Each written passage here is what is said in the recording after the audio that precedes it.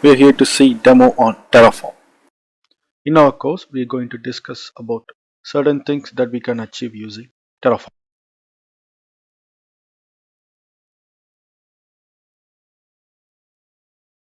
What is Terraform and why it is being used across different organizations in different industry sectors?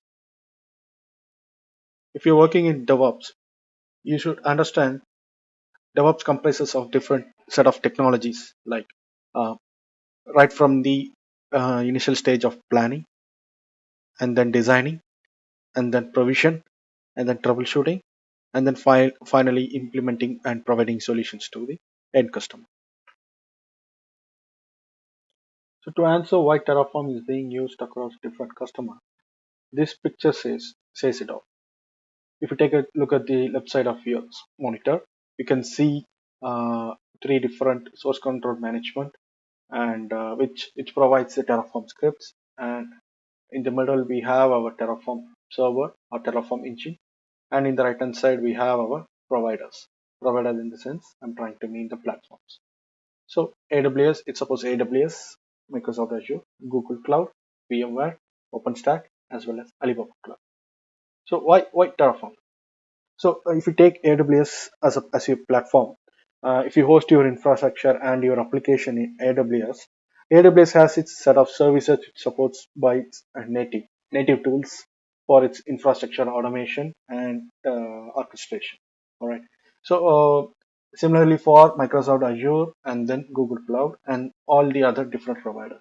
But in this modern world, the, the customer wants to host their applications more than one platform. Let's say, uh, even though AWS is providing 99.99% of availability of the most of their services, customer still wants to test, don't want to take a risk, so that they try to host their application in different platforms like Microsoft Azure and Google Cloud apart from their primary vendor AWS. So if you take AWS, CloudFormation is one of the tools for infrastructure automations. It supports only the AWS services, all right? And if you take Microsoft Azure, we have ARM template, Azure Resource Manager template, which also it's native tool, Microsoft Azure native tool, can able to provision Microsoft Azure resources using ARM template. Similarly for Google Cloud, it has its deployment manager tool where it will support only the Google service. So if an engineer comes in or if an architect comes in, he or she should learn the technologies around these three different platforms so that he or she can able to provide a solution to the customer to host their application across different platforms. So which is again a painful uh, solution. All right. So now the the success rate for Terraform is to avoid this uh, problem. So if a new engineer or new architect comes in, he or she shouldn't need to learn all these platform dependent tools so that he or she can able to derive a solution. He just needs to know a Terraform code where he can able to leverage all these three, not only three, the most different, I mean, more different platforms to provide solutions by using a single terminology called Terraform. So this is why Terraform is most widely used infrastructure as a code tool across different organizations. If you take a look at last 3 years rate of success for Terraform, it has gone exponentially high when compared to other platform dependent tools like AWS or Microsoft or GCP. So like any other tools in the market, Terraform also has its operating model, open source as well as enterprise. All right. So each has its own pros and cons. So the enterprise, is comes with a license, which is again you need to procure it on a yearly basis or a monthly basis. So it has its own advantages like team management, workspace management, version control connection, and then secure variable management, remote runs, private model registry, configuration designer, and then support for API provisioning, and then support from the Terraform HashiCorp itself is a proprietary, I mean, for Terraform. All right. So open source, you can't expect this. You can download it for free and then install it as a binary in your servers, both Linux as well as uh, Windows and Mac as well. All right. Once provision, everything you need to set up on your own. Now, let's take a look at the enterprise console and its feature. So this is the Terraform Enterprise console, which I have subscribed for 30 days trial period that you can see in the top right corner. And then I have created an organization. Within the organization, I have created a multiple workspaces. Workspace is nothing but considered an environment. Let's try to create a new workspace. Let's call it dev. So there's an option called new workspace. Click it, and then this window will appear where you need to type the development workspace, the name of the workspace, and then you need to integrate with source control management where you keep all your Terraform scripts. In our case, I have already integrated GitHub. I've selected my source code, and then in the GitHub I have multiple repositories. Which repository I'm trying to refer is in here. This is a repository, and then I have created my workspace. So it will say the workspace has been successfully created. Now, so we have our environment. Now try to configure your variables and secrets. Click configure variable where it will provide you an option to create different variables. Let's take AWS underscore access underscore key. So this is a key for, I mean, username and password for connecting my AWS platform. Uh, and then since this is a normal variable, I try to ignore to mask this, and then I'm adding another variable AWS underscore secret underscore key. This is obviously a secret variable. I need to pass a value and make it as an encrypted. So in order to do that, I have to enable this checkbox called sensitive, which means whatever the content which I write, after make it sensitive, it will appear as a sensitive keyword, not as a yeah, string which is visible even in the logs. So this password variable will not be visible anywhere within the logs. So this is an option which is available in Terraform Enterprise, not in Terraform open source. Similarly, environment variable. So environment variable, there are certain environment variables that you need to consider when you think of large scale deployment, like the environment production, access keys, and everything.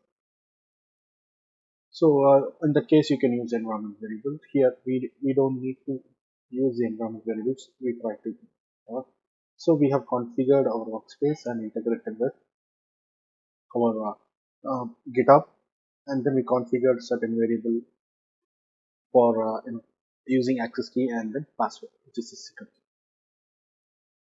And then go to the settings. Here you get to select an option for auto apply and manual apply, which means while applying, you're telling the Terraform engine whether it should act an interactive approval to you or it will automatically deploy the resources on a platform, and then the version of the Terraform engine to use. The latest is 0.11.11, or if you want to use any other stable version, you can select it from this dropdown. And you can also select any working directory. We have multiple work directory. It's called dev, production, QA, and everything.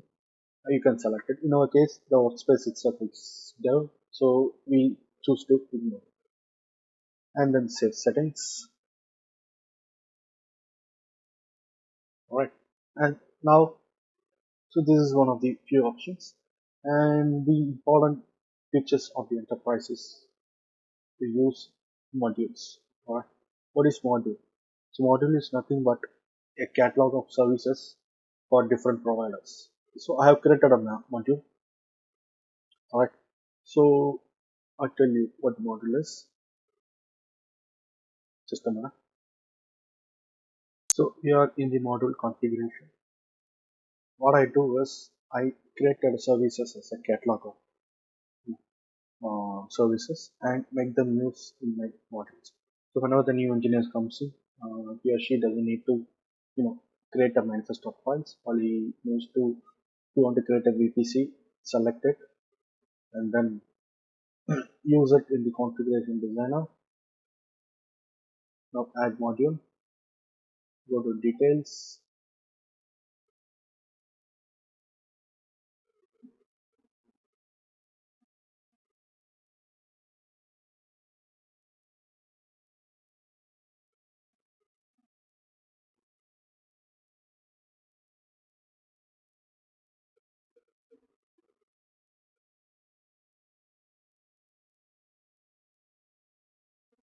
click next.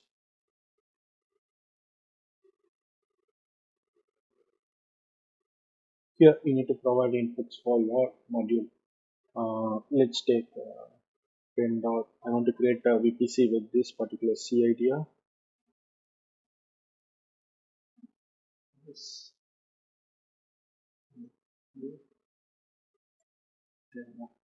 So these are all the inputs that are required to create VPC in the particular module. Once you click it, it will provide you with an option called modules. This module discussion will be considered in the later part of the training.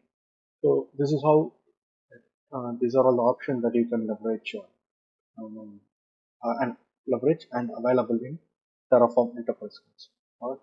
So you created the module and then you configure. I mean, you know how to configure the module. So this is how most of the services are being organized as a catalog, and then we can club it to as per the need, and then we can make use of it. So these are a few options that are available in Terraform.